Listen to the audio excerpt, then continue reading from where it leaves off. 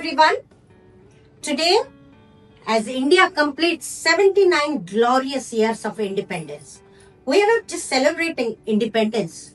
We are living every day in a way that makes our country, India, worthy of our freedom fighters' sacrifice.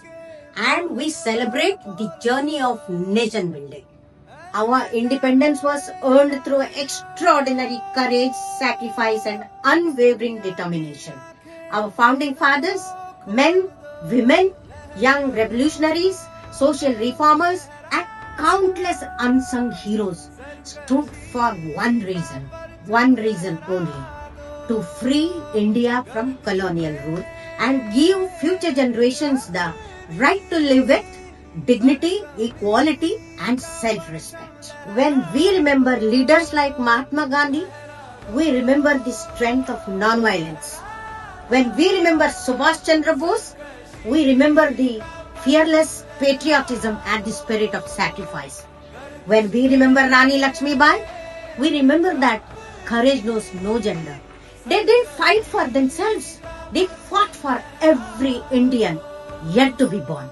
Our visionary policymakers, scientists, entrepreneurs, farmers, soldiers, citizens have transformed this nation through their bold reforms, innovation, and relentless hard work. Leaders like late P.V. Narasimha Rao and Dr.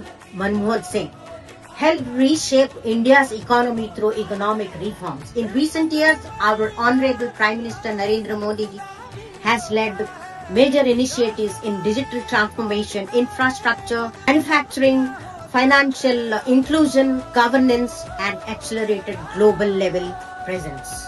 Today, India stands proudly as world's one of the largest major economies, $4 trillion milestone, and our scientists have achieved what once seemed impossible, right from the success of ISRO's moon mission to Mars exploration. So India has proved through determination, knowledge, innovation, a nation can take from a struggle to global leadership.